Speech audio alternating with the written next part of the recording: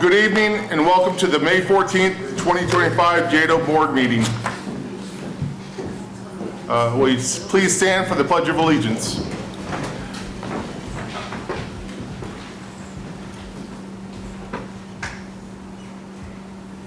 Pledge allegiance to the flag of the United States of America and to the republic for which it stands, one nation, under God, indivisible, with liberty and justice for all.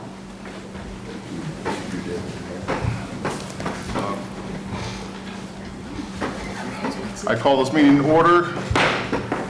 Clerk, please call roll. Deputy Mayor Kell. Here. Council members Banks. Here. Duncan. Here, I know I didn't give you a microphone. It did. It was good. Hofer. Commissioners Rapon. Here. Cook. Here. And Mays.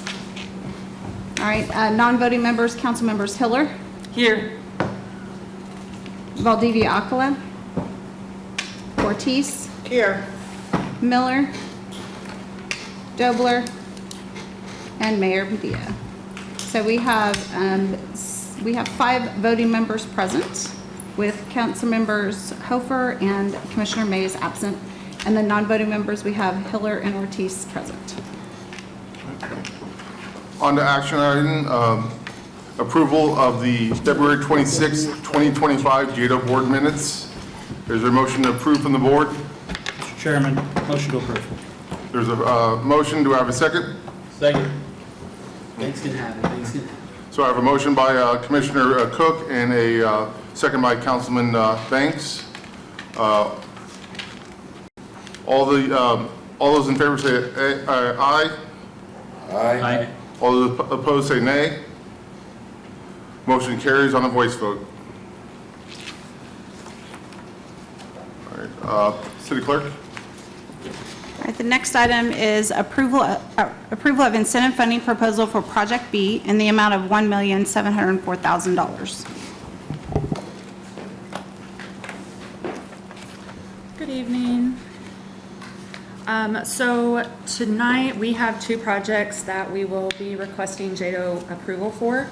If approved tonight, we will work with the company to work on their contract agreement, and then at the next JEDO meeting, the company will be announced.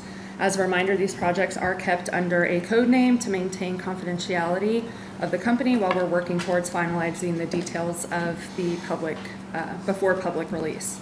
So Project B, JEDO Topeka has been working with an existing company in Shawnee County. They're a primary employer in food manufacturing, looking to grow their footprint along with adding jobs in the community.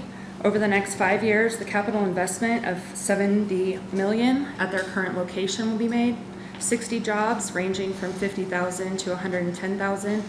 That makes the ROI for this project 41%, and the long-term economic impact of this project will have over the next 10 years is $523 million. This project follows the incentive guidelines for primary employers. All incentive funding is based on performance and only paid out as earned by the company and paid over a 5-year period.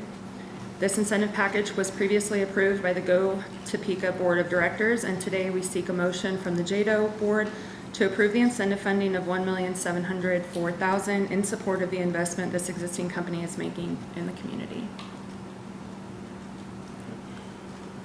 Is there any comments from the board members? Okay. Is there a motion from the board? Motion to approve the incentive funding. Is there a second? I'll second. Okay. Moved by Commissioner Cook and seconded by Commissioner Rippon. All those in favor say aye. Aye. All those opposed say nay. Motion carries on a voice vote. City Clerk. C is approval of incentive funding proposal for Project Whisper in the amount of $605,000. Great. So this is another existing company in Shawnee County. They are in financial services and looking to increase the positions that they have in their Topeka offices. Over the next 5 years, they're looking to create 55 jobs with a starting salary starting at $100,000. The ROI for this project is 48%, and over the next 10 years, the economic impact for these jobs is $673 million. This project does follow the incentive guidelines, and all incentive funding is performance-based and only paid out as earned by the company and paid over a 5-year period. This incentive package was approved by the JEDO Topeka Board of Directors, and today we seek a motion from JEDO to approve the incentive funding of $605,000 in support of the high-quality jobs this existing company will be bringing to Topeka. Any comment from any JEDO board members?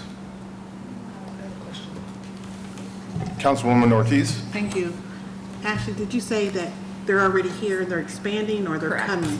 They're already an existing company here, and they're adding the 55 new jobs. Thank you. Thank you, Deputy Mayor. Councilman Banks? How many jobs are there at present? Do you know? At present, well, once we're starting to work on the contract, we'll get their base employment based on today's date, and then that'll be presented in the next JEDO meeting in their contract.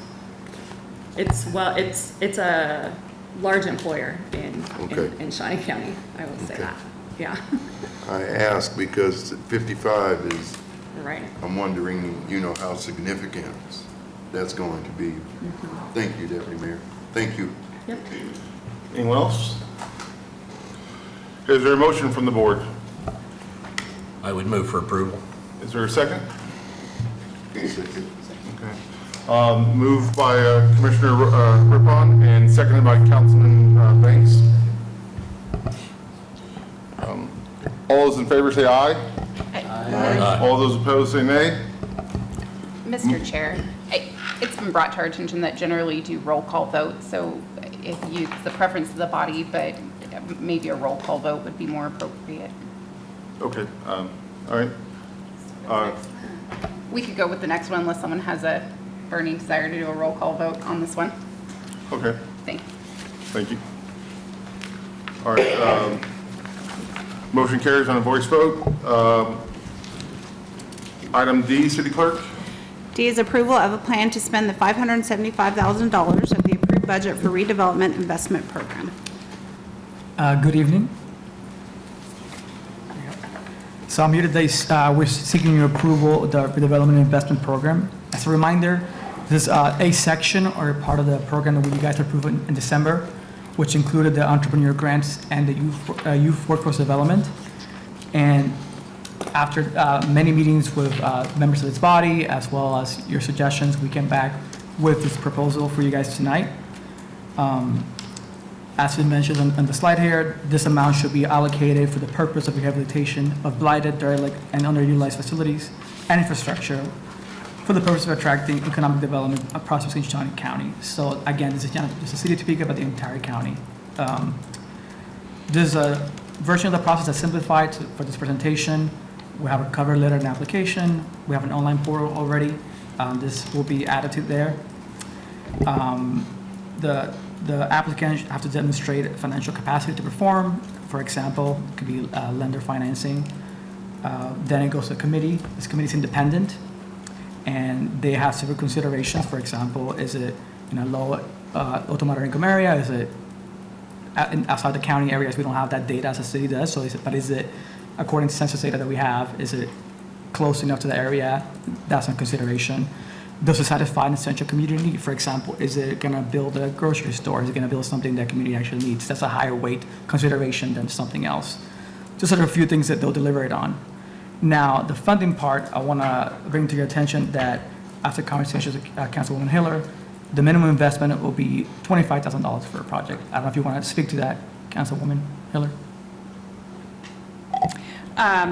Only briefly, we've talked about it. Councilman Duncan and I have both been involved in some of the working sessions on this, and with the idea that it would be targeted to either in or close to LMI neighborhoods, to also make sure that the project was scaled to where an LMI entrepreneur could be the person to get the grant, making it a $25,000 minimum, therefore at least a $50,000 project, but not a minimum of 100,000 made more sense. We had talked about it back and forth and just wanted to settle that this evening.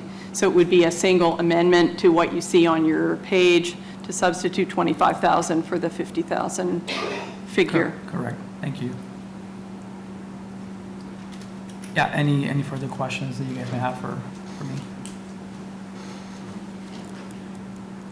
Any other board members have any questions or comments? Councilman Duncan? Just real quick, we discussed this at the last meeting. There were some very legitimate questions and concerns about, hey, go back and do some more details so we actually know what we're doing here. And so I appreciated all the folks who provided Absolutely. feedback on this board with those questions. And thank you to staff and everybody for huddling together over the last couple months and making sure we got it all together to where we think it's actually workable and going to do some good. So thank you to everybody for that. And thank you all as well. Okay, on this, are we going to amendment vote and then or just go with the 25,000 is now the actual amount? That's what it is in the proposal. Okay. I saw it 50,000, so I just wanted to make sure, so. All right, is there any other comments from any board members? Is there a motion from the board? I'll move to approve, just in case to double check us, with the $25,000 minimum project investment. Is there a second? I'll second it. Okay. It's been moved by Councilman Duncan and seconded by Councilwoman Hiller. City Clerk, will you call roll, please?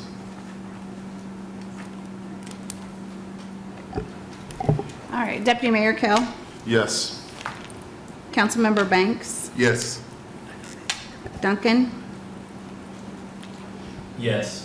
Hofer, Yes. Commissioners Ribbon, Yes. and Cook. Yes. All right, we have 6 yes, the motion carries. Thank you. Item E on action items, Clerk, City Clerk.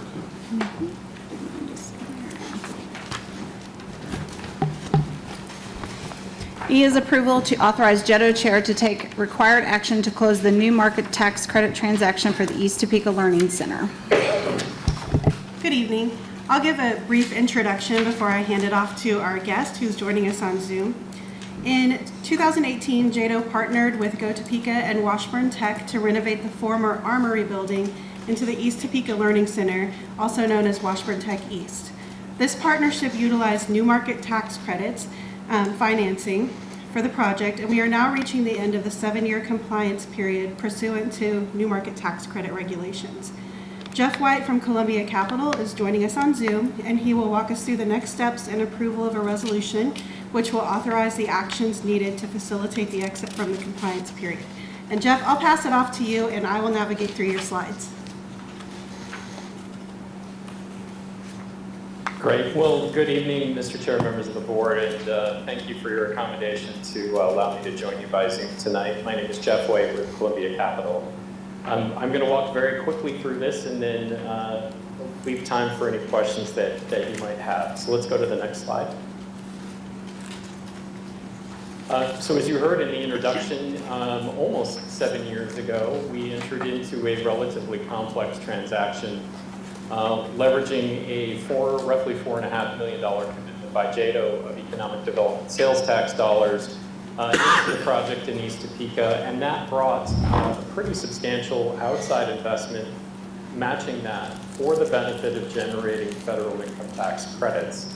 The compliance period for new market tax credits runs 7 years.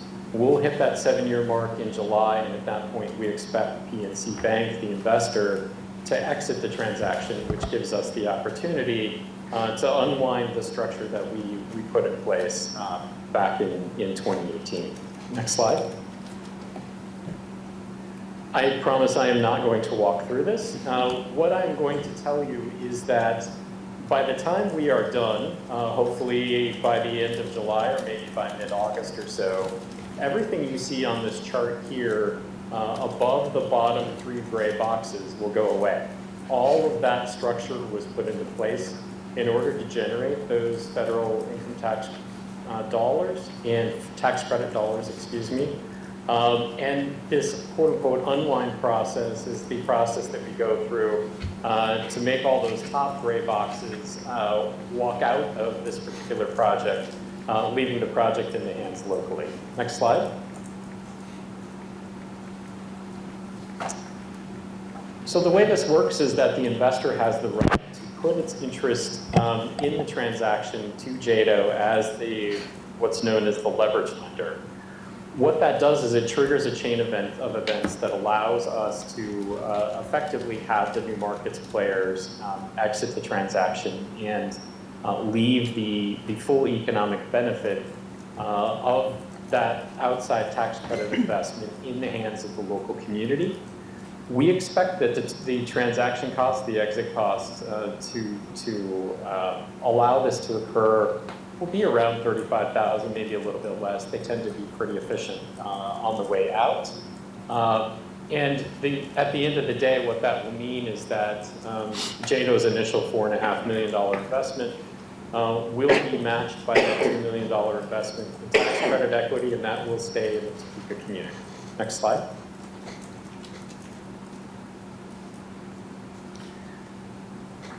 So a little more complexity than you probably want to go in here, and you can certainly read this as you go along, but effectively JEDO becomes both a lender, which it is today to the structure, and a borrower. And when that happens, those loans are canceled.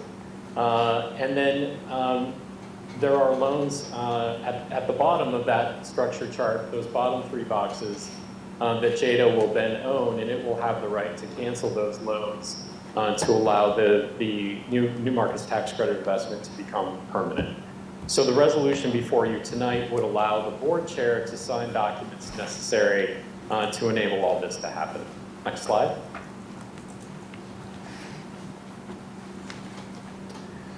Once the new markets parties leave the building, so to speak, we will have the ability locally to determine sort of the future of what happens with that building and with the partnership with Washburn Tech.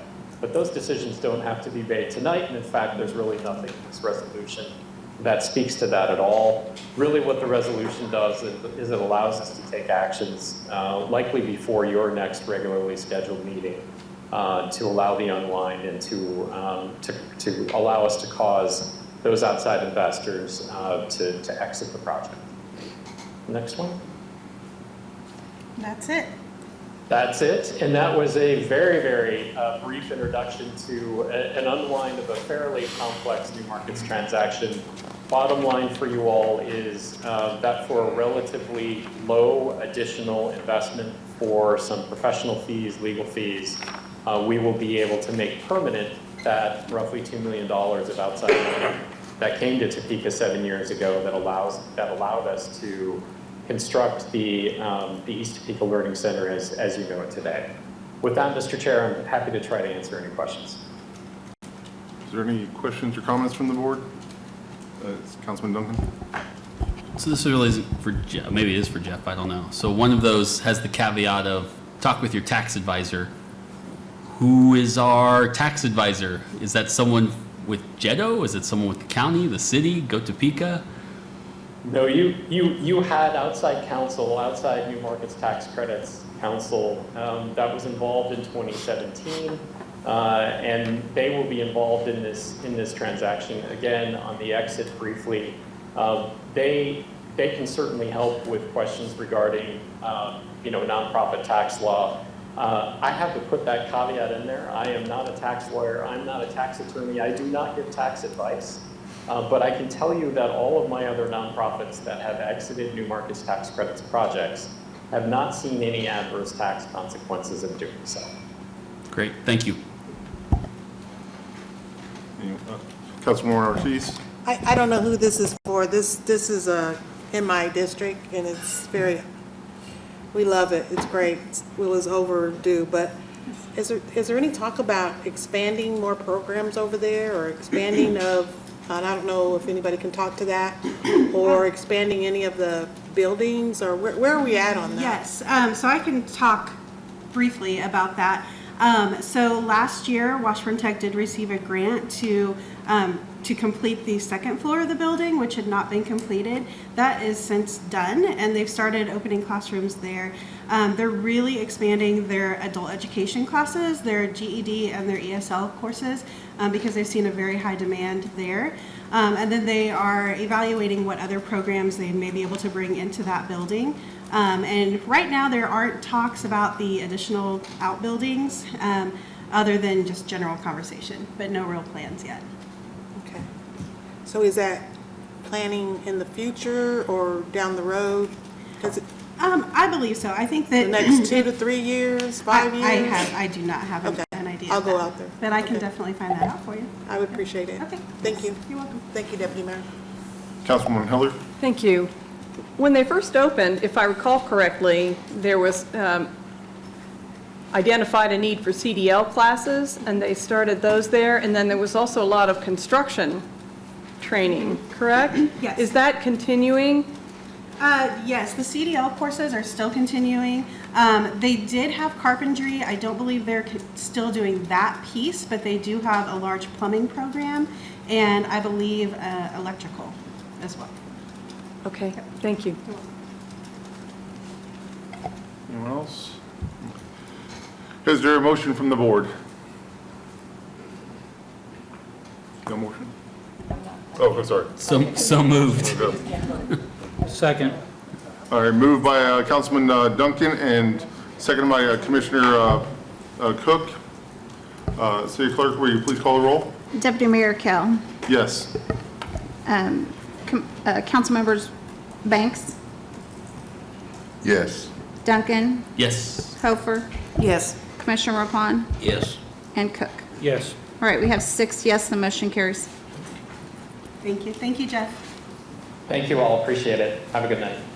So it looks like we're moving on to presentations, and we have Molly Howie, the Vice President of Economic Development. Good evening. I will kick things off for you all, and then, as usual, pass it on to the rest of the team to dive into the different areas within Go Topeka. First, just this chart that we have started showing over the past year or so that shows year-to-date, just Q1 so far, where we are on a number of metrics. And remember, this is all of the departments that are listed up at the top of that table: new business, existing business retention, expansion, small business, the economic mobility program, and Choose Topeka are all in this aggregate table, just so that you can see total numbers. So this is just for Q1 of 2025. So you see 9 jobs down there. Those are going to be your small business incentive jobs, because we don't have any large business incentives that were approved in Q1. So that'll change next quarter. But the $4.7 million in capital investment is a pretty good number when you don't see any large businesses in the mix of this table. So 61 folks that we have been able to assist with training investment.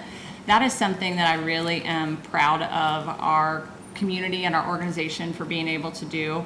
A lot of our peers really are just focused on jobs and capital investment, and we really want to understand how we can help companies incentivize their workers and incentivize, as a community, companies to upskill as we experience a tightened labor market, and want to ensure that we are leaving a skilled workforce here in our community. That's just something that I like to kind of preach about a little bit, because it doesn't get as much splash as maybe it should. So anyway, there's nothing, no real headline here. Just want to keep this top of mind and continue to show this at each meeting. So would stand for any questions, and if not, I'll pass it to Ashley to start running through department reports. Any questions from the board? Okay, thank you.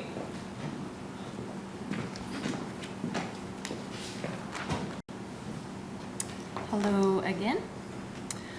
So here we have the active project pipeline.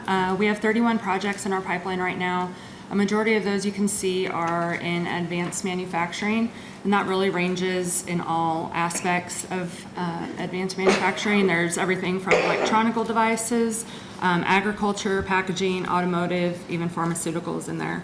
Then obviously we have aviation that's still showing some activity, with medical and defense really taking an interest, as well as those looking for hangar space, which is hard to come by. And then data centers are continuing to receive interest on those. That industry specifically is not stopping. There's a constant search for large acreage.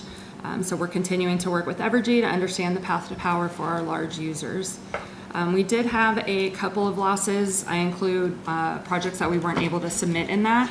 6 of them we weren't able to submit because we did not qualify due to the specifications of the project. Mainly that's square footage due to ceiling height. A lot of the projects are looking for a minimum of 20 feet. I even had some come in that were 24 feet, 30, 38 feet, even a 70-foot one. But we just don't have those buildings here. And then additional ones that we didn't submit for were due to not having shovel-ready land to meet their timelines. Still had some due diligence to do that wouldn't fall in line with their timelines. And then buildings, again, looking for the 250 to 500,000 square foot. Yep, I was afraid of that. I think our person that updates our slide is on maternity leave now. So I did want to provide just a little bit more information regarding who a lot of our projects are referred by. So a majority of them did come from the Kansas Department of Commerce.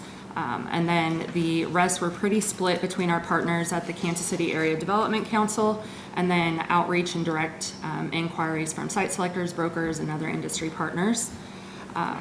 Our conference season is in full swing in the economic development across the country, and the same conversations are really happening across the board. Site selectors are really seeing two things right now. US-based companies are putting a hold on projects until they can determine the impacts that tariffs will have.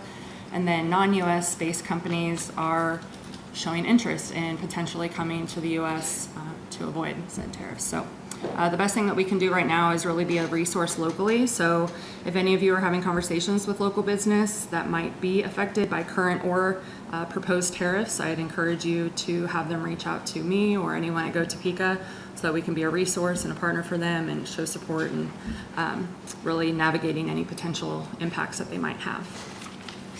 Stand for questions or pass it along. Anyone have any questions for Stephanie? Or for Ashley? Great, thanks.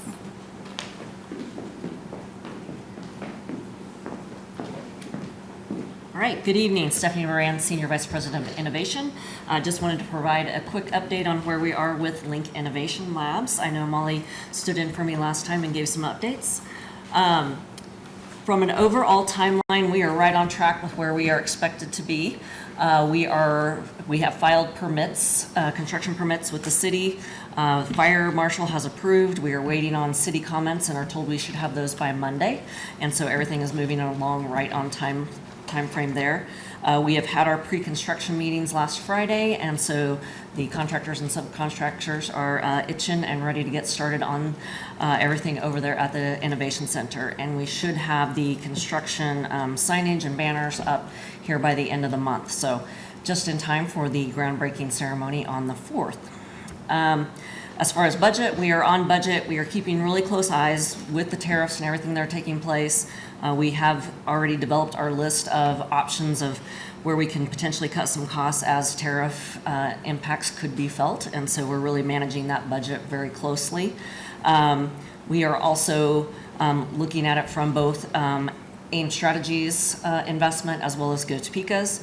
As we've moved into the project, AIM has actually decided to go ahead and do some additional infrastructure to support the rest of the building for future build out. And so they'll be doing the remediation on the 4th and 5th floors in preparation for additional build out as they work on their portion of the building, as well as the HVAC boiler systems and those types of things. So that is moving along really well for the entire building. Contracts, we're moving forward with all of our contracts. The AGC is complete. Master lease is pending. We're just down to parking and utilities. So finalizing those details and should have that completed here shortly. And I am very happy to announce that we have our first LOI signed with Plug and Play and are looking forward to the next ones to fall in line behind that. So moving along on that front, our resource and development team is chomping at the bit to start going out and talking to businesses regionally throughout the area and working with the startup companies that we have in the Plug and Play system to start working on those leases. I said, marketing sponsorship, we have our brochures are actually being printed right now, so we're ready to get those going and out into the market. We'll have those available for the plug and play event and then turn the team loose. And then our marketing plan timelines are completed. We're building the website. That should be completed by the end of the month as well as all of our social media campaigns and advertising campaigns. Tenancy, I did mention that we do have Plug and Play's LOI, which is exciting, and then we do have site selector ads coming up that we'll be putting out as well. Programming is the next step. As soon as we get construction off the ground here, is really looking into how we will program that building as far as the different accelerator programs with Plug and Play, but then also the tech accelerator programs for our local startups as well. So more to come on what that looks like, but we are moving along right on schedule. Like I said, timeline, the team is fully committed to January 2026 as the opening date, and we are tracking right on schedule for that. You've seen the renderings, nothing's really changed from that perspective. I'll just run through, I think Molly showed some of these last time, but we might have a few minor updates as we continue to look through this. One of the really exciting pieces of this project is the cafe space with the view into the laboratories. I think that's a great community engagement space. Boardrooms, conference rooms will be available for the public to rent out as well, which will be an additional revenue stream for this building. The lab spaces, and then the pitch training space is the other exciting space within here. This one will also be available for public use and could be rented out for different trainings, events. We already have some corporate partners who are looking at using this for different monthly training sessions that they have with their employees. So excited for this space to be utilized within the community as well. As I mentioned, we have the groundbreaking ceremony coming up on June 4th. We'd love to see you all there. That will take place on the first floor, and then we'll move up to the second floor for networking with the Plug and Play startups who are here. So excited for that.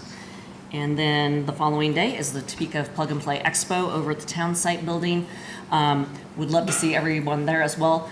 Please don't feel like you have to stay all day, but if you can pop in and out through the day, it's exciting to meet some of the startups that we have in this cohort.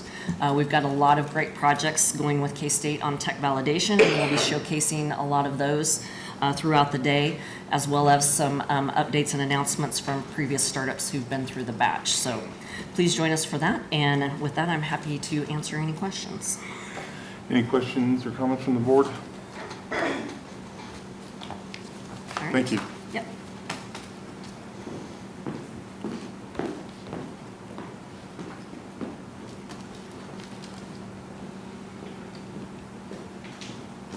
Hello, Stephanie Norwood here to speak about small business.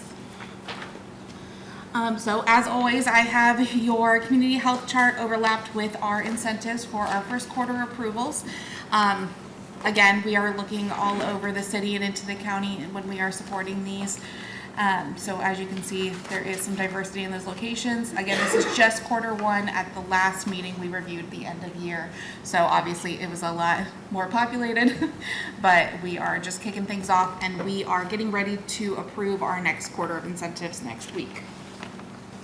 Here it is over the city council areas. And again, always happy to send this out. After the last meeting, we did send out the end of year results so you can see your districts.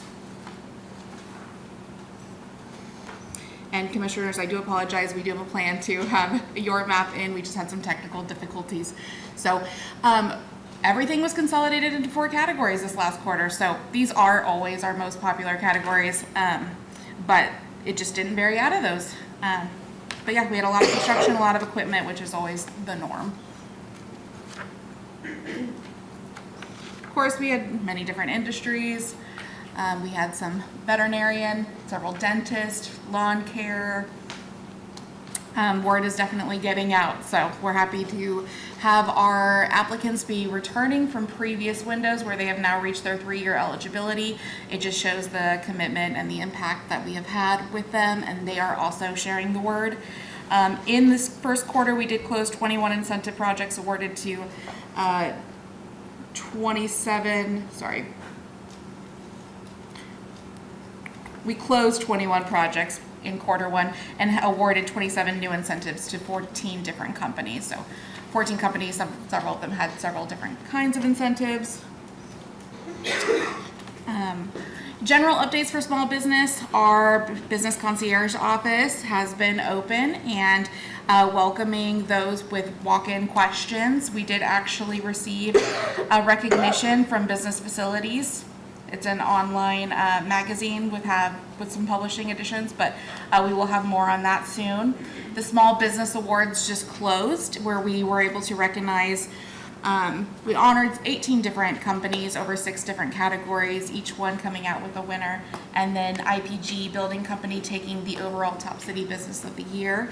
Thank you for those who might have been able to join us, but you can review that information on our website, on our socials. So it was just another great chance to show our community, our small business community, the love and support from us and from everyone there. The Small Business Council has continued to ramp up their training opportunities. We now have several different types of opportunity for training and skill building, whether that is a keynote style, a roundtable discussion, or even office hours with advisors that are coming up soon. We are continuing to work and evolve that based off the needs that are brought to us. I believe that is it. Is there any questions?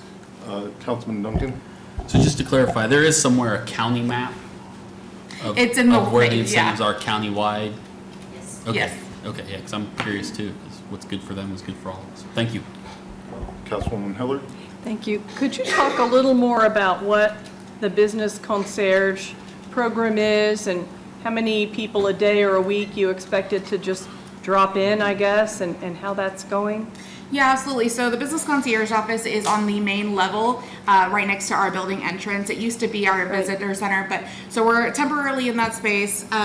We have interns from Washburn that are our main staffing there, and so it is a learning opportunity for them as well as helpful to us. But yes, we have the numbers do range. I would say it's probably at least a handful of people who walk in daily, and it's not always directly relevant to small business, but the conversation can shift to there. But we hopeful that is also getting the word out to their connections. But people come in and they ask about permitting issues. We get a lot of questions about funding and capital, so we share our community resource partners and contacts and connect them with different, with Fast Track at Omni or with Network Kansas for some loan opportunities.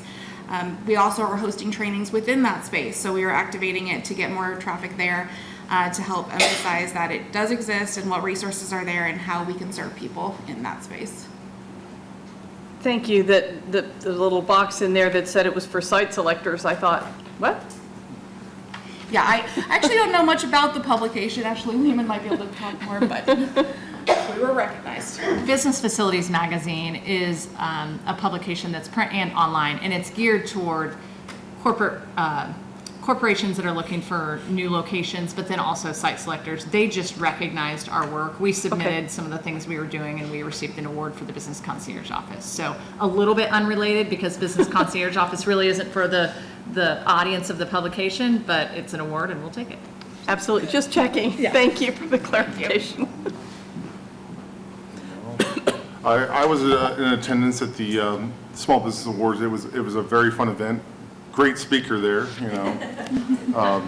I warned everyone I was a talker, not a speaker. So, but it was really nice, especially when the young women were recognized for the being young entrepreneurs.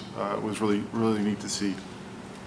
Yeah, I can share a little more on that. So we did highlight 3 young entrepreneurs. They're kind of in different phases between middle school, high school, and college that have participated in different ways in the small business ecosystem, whether they've done our pitch contest or things that we've been involved in. They've received some of our funding, whether it's economic mobility or POC through the incentives. We've connected them with development centers. So they are really putting in the work, not only in their school, but outside of that, and connecting with the community to kind of build their knowledge, skill set, and their business. And I've actually just been messaging one about her funding being available. She's so excited. So we do appreciate how you guys have allowed us to support them, but also we just wanted to be able to recognize them, that they put in the work, and they were very grateful and excited for that opportunity. So yeah, thank you. Anyone else? Thank you, Stephanie. Yeah.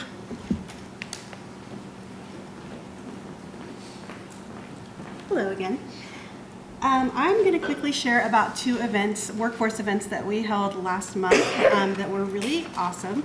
So first was the Apprenticeships 101. This was in partnership with TCALC, the Topeka Center for Advanced Learning and Careers, which is part of USD 501. We brought together about 50 individuals over at TCALC to learn about the Registered Apprenticeship Program from Aaron Connect, who is from the Kansas Office of Registered Apprenticeship. There was a lot of employer interest. Almost the entire group were employers from Shawnee County, plus we had representatives from every school district and Washburn Tech as well. So what these individuals learned was that registered apprenticeships is not just for the skilled trades. It can really be for any industry, and they can receive tax benefits for registered apprenticeship programs, and it's super easy to get it started. So I believe that there's a lot of interest, and we may see a lot more apprenticeship programs getting started in Shawnee County, which is great. The other event we held was with Kansas Workforce One. So Kansas Workforce One is our local workforce board serving a 79 county region. If you're not aware, our previous workforce board, Local Area 2, Heartland Works, merged with Kansas Workforce One at the beginning of this year, which is what created the 79 county region. We quickly learned that there is a very large amount of funding still available for youth programs, specifically for Opportunity Youth, which is those between the ages of 16 and 24 who experience barriers to employment. Could be disabilities, it could be that they're justice involved, could be socioeconomic disadvantages, and there's a lot of funding to help them build their career pathways. So we held an event. Kansas Workforce One did the presentation, and we brought in different community organizations who support these young people as they're seeking employment or as they need help with resumes or interview skills or clothing for interviews, things like that, so that these organizations can learn about the funding and partner with the Workforce Board to further expand their reach with the people they're working with. So again, there's more talk of collaboration between these organizations as well. So really excited to see what comes out of this. The next item, this is something I'm super excited about, and if anyone has heard me talk about it, they know I'm excited. Fame USA. So Fame USA is a program that started with Toyota in 2010 and was adopted by the Manufacturing Institute, which is part of the National Association of Manufacturers, adopted in 2020 as a national program. FAME stands for the Federation for Advanced Manufacturing Education, and it's a model of skills training, very similar to an apprenticeship program, which as we launch this in Topeka, it will be a registered apprenticeship program. The program will be for advanced manufacturing technicians, focusing on industrial maintenance, which our employers have said is a big need. They need those skilled workers. The problem that FAME addresses is that there's not enough manufacturing skilled workers. New technicians who come into the workforce are not work ready with those professional or soft skills, and we do have an aging technical workforce. So a lot of those people with this knowledge are reaching retirement age in the next 5 to 10 years, and we need to have the younger generation coming up and learning those skills. FAME addresses that problem in 3 ways. They address the technical experience, so the people that go through this program have technical training at a work site, and then they also have technical training at their education provider. They also learn specific lean manufacturing skills, and then there's a big focus on those professional behaviors. As I'm bringing this up with employers, they're asking, are they going to learn about the importance of showing up to work? Are they going to learn about conflict management? What are they going to learn? And yes, the answer is yes to all of those. As students go through this program, they will learn things like leadership and public speaking, how to dress professionally. They're expected to dress professionally when they go to school with a FAME logoed shirt. I mean, it's a pretty strict program. So as I mentioned, this will be a paid work-study co-op model. So we will have sponsoring employers. We have currently 7 employers who are committed to sponsoring students in this program. What that means is that the students selected will work for them 3 days a week as an employee, and then they will go to school 2 days a week to create a 40-hour work week. The program runs for 5 consecutive semesters. We plan to launch our first cohort of students in the fall of 2026. And every cohort has a max of 20 students, about an average of 15. So this is a very competitive program to get into. There will be an application and interview process for interested individuals, and the employers and the chapter members, which I'll explain who those are in just a minute, will be the ones that select the students that run through this program. At the end of the 5 semesters, the students will earn a FAME certificate, which is nationally recognized, an associate's degree as an advanced manufacturing technician, and have a registered apprenticeship. They'll be considered a registered apprentice, which is also nationally recognized. So who do we recruit from? Traditionally, we'll be recruiting high school seniors. So we'll start the recruitment process in the fall of their senior year. Application process will be in the spring, and the students that will go through the program will be selected by the time they graduate high school. So they will know that they are jumping into a career alongside education that will turn into a lucrative career, and they will be able to end that program with no student debt. It is also open to non-traditional, which would be, an employer has someone already working for them that they'd like to send through this. They're definitely able to do that as well, as long as we have slots available. So how this works is we are forming a FAME chapter. It'll be a Topeka chapter. There's only one other FAME chapter in the state of Kansas right now. That is in Kansas City at the Kansas City, Kansas Community College.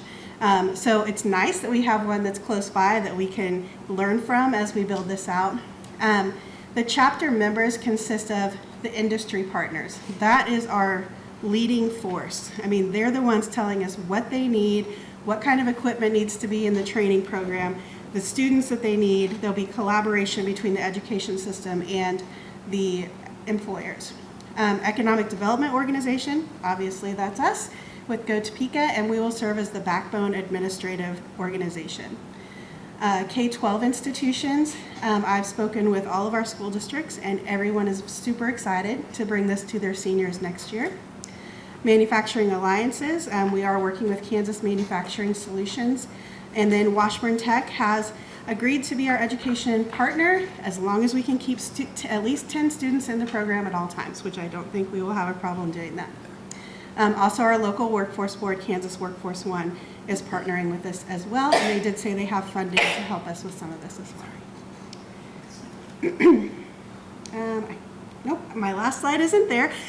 We did take a group of about 16 people to Kansas City last Friday to tour the FAME chapter there, and we met with some of their employers as well. The national director of FAME was there to meet with our employers. We brought all 7 of our companies that are currently a part of the program. We do have a goal of 10. And then 501 also sent 35 students and 6 administrators. So we were able to interact and network together the employers who are a part of the program, the students who are interested, and it was just a really fabulous day on Friday to learn. So that's it. I'll stand for any questions. Now, on the visualization of the sectoral partnership, you did list community colleges, but you didn't mention that. Do you guys keep track of where our Shawnee County students go to community college? Because I know Allen County says they actually have a high amount of Shawnee County residents that go there. I believe that most of the school districts do keep an eye on that. I don't have that data at hand, but I could definitely, I'm sure I could get it. Yeah. All right, any other questions or comments? Thank you, Trina. Okay, thank you.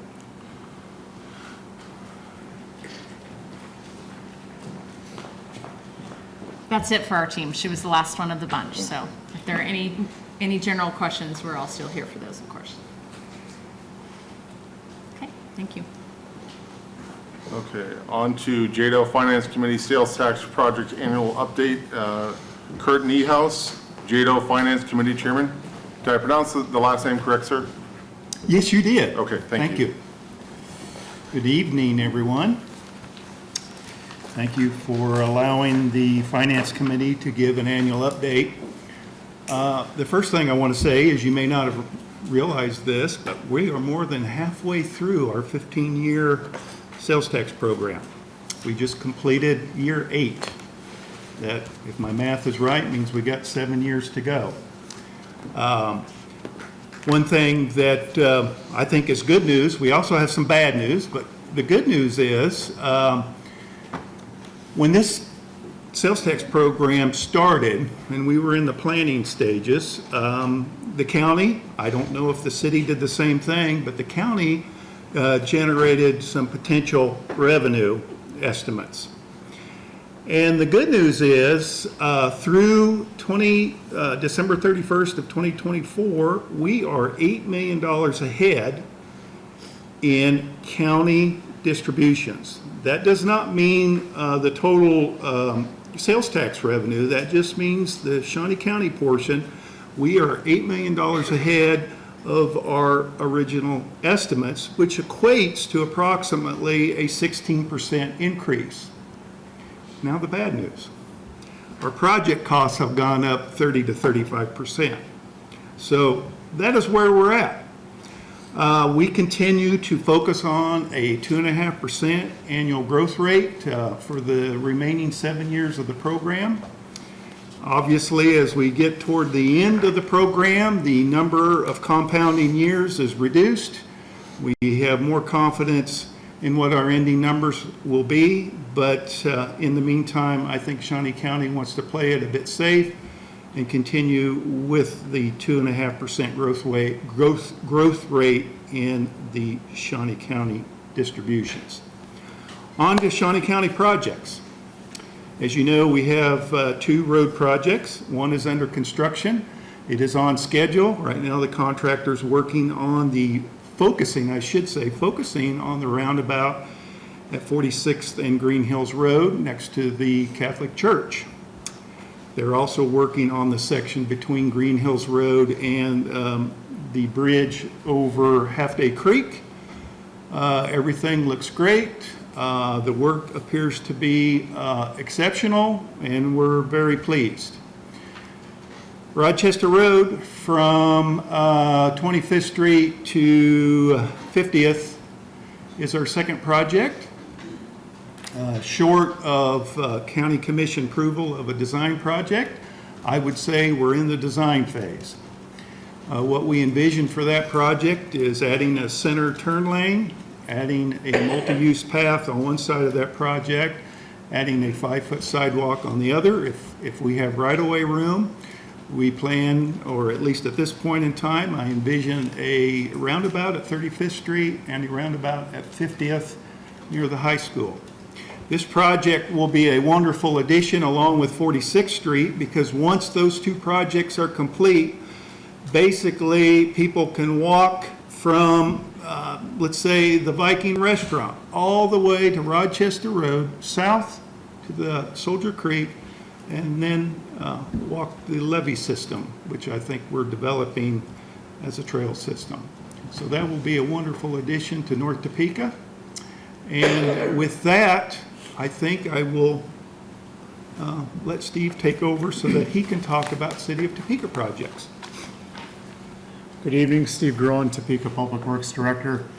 We have the similar good news, bad news. The pricing continues to rise, and if you look at our 2 projects that we had planned to start this year, the first one is Topeka Boulevard from 15th to 21st Street. That's the next phase of our Topeka Boulevard.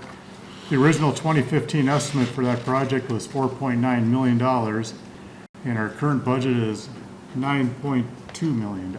So that kind of tells you what pricing has done since the original estimates were done. That project is ready to go out on the street in a matter of a week or 2. We've completed all the design and specifications for that project. It's currently going through DocuSign to get out on the bid portal, hopefully within a week or 2, and by the time we meet again, we'll know what our numbers were and we'll have more to report on that. The second major project that is one of our current projects is Huntoon Street from Gage to Harrison. We have started design on that. That project will be a complete streets project is our current plan, similar to what happened on 12th Street a few years ago. We are looking to add multi-purpose lanes on there, bike lanes, sidewalks, and those are our two big projects. Also, Huntoon was originally at $11,740,000 project back in 2015, and currently our budget for that project is $18.5 million. So those are the two main projects I was hoping to highlight this evening. Any questions for Steve or I? Mr. Chairman, Commissioner Cook? when it comes to the city projects, given your shortfall in funds, are you going to be coming with maybe a recommendation to your city council to maybe scrap some of your projects, reprioritize projects, ones that maybe need, looking at what your funding sources are and recognizing that there may have to come out of the city budget, since these were voted upon items, some of these projects at a later time? Commissioner, right now we are going through some budget exercises for our current CIP for our internal projects, and some of that also deals with the amount of time that we are going to be bonding projects. And once the governing body makes some decisions here in the next month, we'll have better direction on how our overall CIP project will be going forward. And at that point, we'll be able to address not only our JEDO funded projects, but our half-cent citywide sales tax projects, and have a better idea here in a few months on which projects we'll be proceeding with. I just look at, these were items that were approved by the voters, and so we have an obligation to the voters to make sure that these are complete, and that, I think that should be the priority. Correct, thank you. Any other questions or comments? Councilman Duncan? Yeah, just two things. I'll piggyback off that before my other question. Based on our conversation last night, the recommendations staff gave us, if we stay on track with the current CIP, at this point, if we approve it as is with those recommendations, we're not cutting any projects, correct, out of the current CIP, which includes those projects. That is correct. Okay. And then second of all, are there any ongoing, current, or planned over this time period joint projects that in the works? That extend any roads where it's half yours, half ours, or I didn't know if there were any sort of joint. For instance, I know we kind of teamed up, I don't know if it's this money, but on the roundabout, right? But I didn't know if there was any current or future joint projects we had to. Actually, the Rochester Road sales tax project from Miniger South is in the city limits. And I've already met with City of Topeka engineering staff, and we believe we're in agreement on what we want to do within the City of Topeka on that project. And we look forward to working together on that project, at least that section of the project. Yeah, no, I just know there's some weird, in my district apparently we kind of have some weird spots where we go from, well, it makes it even more complicated, township to county to city to, and those are a little wild, but sometimes those roads have to be joint efforts. Well, fortunately, though, we don't treat it that way with snow removal. Yeah. Thank you. Any other questions or comments? Thank you, Stephen Kirk. Thank you. All right, we don't have anyone signed up for public comment. Our next two meetings are September 10th, 2025 and December 10th, 2025. Does any board members have any things they need to add or anything? All right, it looks like we're adjourned.